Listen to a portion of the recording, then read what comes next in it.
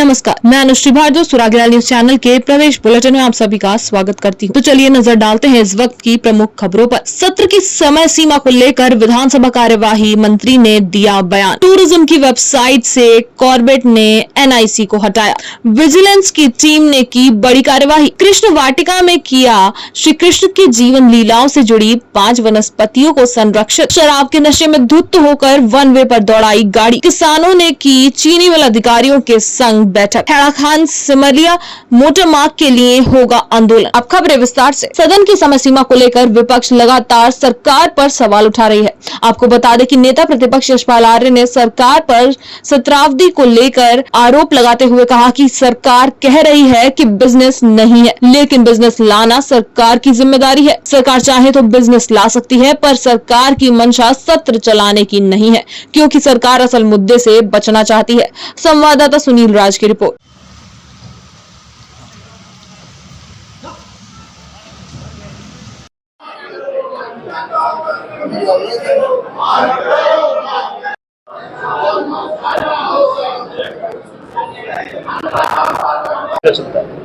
देखिए, सरकार की ओर से जवाब आता है कि बिजनेस नहीं है। बिजनेस को लाना, बिजनेस को बढ़ाना सरकार की नैतिक जिम्मेदारी है। और आज भी हम उत्तर प्रदेश के नियमावली, कानून को आधार बनाकर सरकार काम कर रही है। कई विभागों की सेवा नियमावली नहीं बनी है। आज भी भू कानून जैसा प्रमुख विषय मुद्दा सदन से बाहर है। सरकार अगर चाहती है, नियत साफ हो, तो बिजनेस को बढ़ा सकती है, लेकिन सरकार की मंशा सदन को संचालित करना, सदन की अवधि को बढ़ाना इसलिए नहीं चाहती सरकार, क्योंकि जो असल मुद्दे हैं, बेरोजगारी मुद्दा है, आपदा बहुत बड़ा मुद्दा बन गया है, अतिक्रमण के नाम पर जिस तरह से पूरे प्रदेश में डर का माहौल है, लोगों के घर उजाड़े जा रहे हैं, लोग की दुकानें तोड़ी जा रही हैं, नौजवान बेरोजगार सड़कों पर उतरने को बाध्य हैं, नौकरियां नहीं मिल रही हैं, तो ये तमाम विषय हैं। इन विषयों से सरकार बचना चाहती है, इसलिए सत्र को सीमित करना चाहती है। जो नियमावली में है, सत्र आहूत होना चाहिए, मात्र 60 दिन तो हाउस चलना ही चाहिए। एक वर्ष में 60 दिन सदन संचालित होना चाहिए। जो पिछले 2 वर्ष में 12 दिन हाउस संचालित हुआ है, तो ये सरकार का नजरिया, सरकार का दृष्टिकोण साफ जाहिर होता है कि सरकार मुद्दों से बचना चाहती है। देखिए, आप जानते हैं कि जिस प्रकार से हमारे कार्यमंत्रणा समिति में हमने सारा विषय रखा, और बहुत स्पष्ट तौर पे मैंने उस दिन भी कहा था, मैं आज भी आपके सामने दोहरा रहा हूँ कि जो हमारे पास बिजनेस है उसके मुताबिक हमने जो कार्यमंत्रणा समिति में विषय रखा, उसी के अनुसार सदन की कार्रवाई संचालित है। और ये भी मैंने उस दिन आग्रह किया था, यदि उसके बावजूद कोई बिजनेस रहता है, कोई विषय रहता है, तो अध्यक्ष विधानसभा का विवेक है, यदि सदन बढ़ाने की वो अनुमति देते हैं। गवर्नमेंट तो बिजनेस क्रिएट कर सकती है अगर सदन लंबा चलाना चाहती है। नहीं, क्रिएट करना और बिजनेस होना में फर्क है। यदि हमारे पास बिजनेस है, निश्चित रूप से हम उस पर जो है पूरी तरह से हम तैयार हैं, और सभी मुद्दे विधानसभा के पटल पे आने हैं, वो आ रहे हैं। और उसके बाद आप भी जानते हैं कि अनावश्यक रूप से सरकार का, जनता का पैसा, आप समझते हैं कि एक दिन में कितना पैसा लगता है, तो वो सारी चीज़ों को मद्देनजर रखते हैं। तो फिर भी आग्रह कर रहे हैं, विपक्ष चाहता है और माननीय अध्यक्ष विधानसभा यदि अनुमति देती है, कोई ऐसी स्थिति है तो हम सदन बढ़ाने के लिए। जिम कॉर्बेट नेशनल पार्क जल्द ही अपनी वेबसाइट का वर्जन 3 शुरू करने जा रहा है। इससे पूर्व की वेबसाइट वर्जन में ऑटो रिफंड जैसी कई दिक्कतों का सामना पार्क प्रशासन को करना पड़ रहा था। वहीं वर्जन 3 के लिए पार्क प्रशासन ने एक बड़ा फैसला लिया, जिसमें पार्क प्रशासन ने एनआईसी यानी कि नेशनल इंफॉर्मेशन सेंटर को वेबसाइट के कार्य से हटाकर वर्जन 3 को बनाने का कार्य खुली टेंडर प्रक्रिया के द्वारा एक प्राइवेट संस्था को दिया है।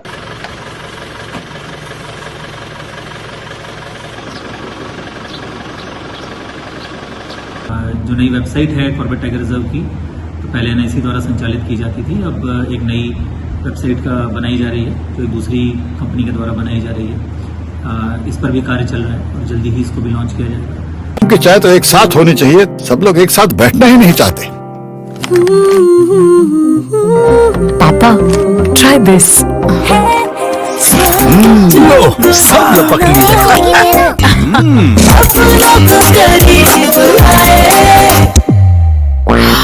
ये क्या हाल कर दिया है रूम का? बस कल से चाय।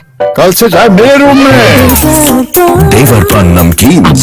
हल्द्वानी विजिलेंस की टीम ने नैनीताल में बड़ी कार्यवाही करते हुए जीएसटी कार्यालय में तैनात बाबू को रिश्वत लेते हुए रंगे हाथ गिरफ्तार किया। जीएसटी रजिस्ट्रेशन के नाम पर बाबू दीपक मेहता 3000 की रिश्वत मांग रहा था। इसके अलावा एक राज्य कर अधिकारी उमेद सिंह के गिरफ्तार होने की भी जानकारी सामने आई है। फिलहाल बड़ा मामला होने के चलते विजिलेंस टीम पूरे मामले की जांच में जुटी हुई है। संवाददाता दीपक अधिकारी की रिपोर्ट।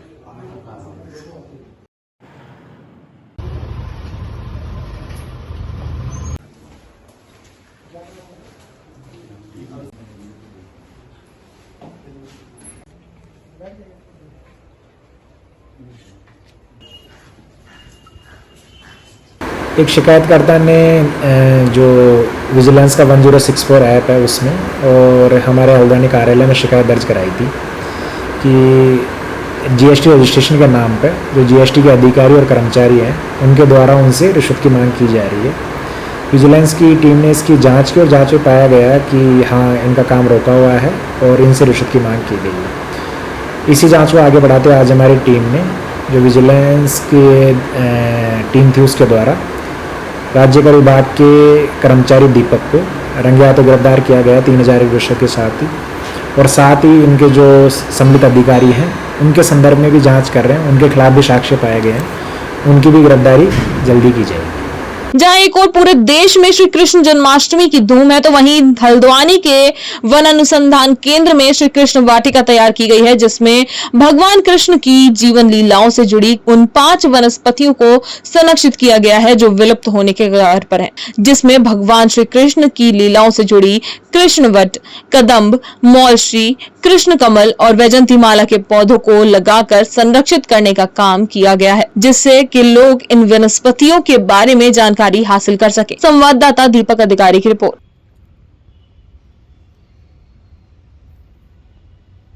बना हुआ है, बिल्कुल चम्मच का शेप बना हुआ है। कृष्ण कमल है जिसको राखी बेल भी बोलते हैं इसको।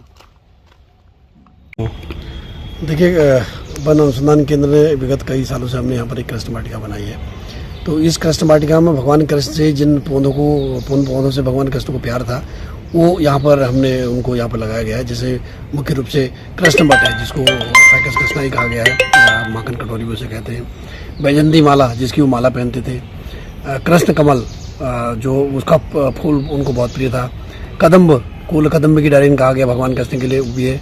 और मौलश्री या बकुल, ये 5 तरह के पौधे यहाँ पर लगाए गए हैं। और ये हमारे इस अनुसंधान केंद्र में जो भी आगंतुक आते हैं, जो भी स्टूडेंट आते हैं, उनको इसके बारे में हम जानकारी देते हैं। शराब के नशे में धुत होकर वन वे में गाड़ी दौड़ा रहे वाहन चालक को गिरफ्तार कर उसकी गाड़ी जब्त की गई है। आपको बता दें कि वरिष्ठ पुलिस अधीक्षक अल्मोड़ा द्वारा जनपद के समस्त थाना चौकी प्रभारी एवं ट्रैफिक पुलिस अधिकारियों को सड़क दुर्घटनाओं पर अंकुश लगाने हेतु शराब पीकर वाहन चलाने वाले वाहन चालकों, overloading, over speed, rash driving करने एवं रेट्रो साइलेंसर का प्रयोग कर स्टंटबाजी करने व यातायात नियमों का उल्लंघन करने वाले वाहन चालकों के विरुद्ध कड़ी चालानी कार्रवाई के निर्देश दिए गए हैं, जिसके तहत लगातार ट्रैफिक पुलिस एक्शन मोड में दिखाई दे रही है। संवाददाता हेमंत सिंह मेहरा की रिपोर्ट। जनपद उधम सिंह नगर के नानक मत्ता कृषि मंडी समिति के ई नाम कार्यालय में भारतीय किसान यूनियन के जिला अध्यक्ष गुरसेवक सिंह के नेतृत्व में किसानों की सितारगंज चीनी मिल के अधिकारियों के साथ बैठक हुई, जिस दौरान किसानों के द्वारा अधिकारियों से गन्ने के टोल से संबंधित समस्याओं पर वार्ता की गई और पिछले कई वर्षों से आई समस्याओं के निस्तारण हेतु भी कहा गया। संवाददाता गुरदीप सिंह की रिपोर्ट। जय जवान जय किसान, जय जवान जय। देखिए, आज यहाँ भारतीय किसान यूनियन की हमारे ब्लॉक अध्यक्ष लखविंदर सिंह जी, उन्होंने आज ये मीटिंग बुलाई। किसानों की यहाँ समस्या सुनी गई, तरह तरह की, जो गत वर्ष उनकी क्या समस्या आई थी धान की, और उसको आगे जो है हम उसका डिसीजन लेंगे कि ऐसी जो समस्या है किसानों को ना आए। और हमारे आज कई भारतीय किसान यूनियन से खुश होकर कई सदस्यों ने आज सदस्यता ली है। हमारा परिवार भारतीय किसान यूनियन का बड़ा बना है आज। और यहाँ जीएम जो नई जहाँ चीनी मिल प्राइवेट हो गई है सितारगंज की, उनके जीएम को भी आए हैं यहाँ पर, और उसमें भी चर्चा होगी कि आगे का जो गन्ने का भी सीजन आ रहा है उसमें किसी तरह की किसानों को कोई समस्या ना हो, वो भी आज यहाँ पर जीएम साहब भी सुनने आए हैं। उसी का आज को गन्ना खरीद बेचने में ज़्यादातर प्रॉब्लम आई है, जिसकी वजह से पहले फैक्ट्री 4 साल बंद रही थी, उसके बाद थोड़ी प्रॉब्लम आई गन्ना बेचने में, तो यह गन्ने का रकबा बहुत घट गया है। ये चीनी मिल अब पहली बार प्राइवेट में आई है, तो हम लोग पूरा अपना प्रयास करेंगे कि अच्छी से अच्छी सुविधा व्यवस्था रखें और टाइमली पेमेंट करेंगे, क्योंकि हमारी फैक्ट्री साल 32,500 कैपेसिटी की हो गई है, चलाएंगे। और अगले साल कोशिश है कि 60,000 का नया प्लांट लगा रहे हैं, तो अगले साल इसकी capacity 1 lakh quintal per day की रहेगी।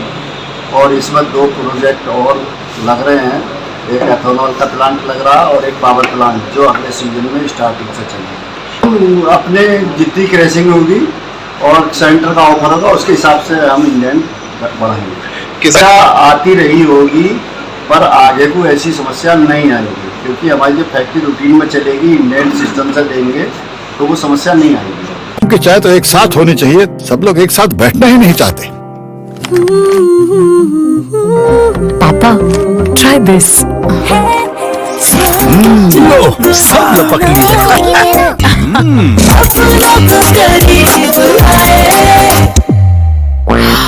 ये क्या हाल कर दिया है रूम का? बस कल से चाय मेरे रूम में। देवर का नमकीन।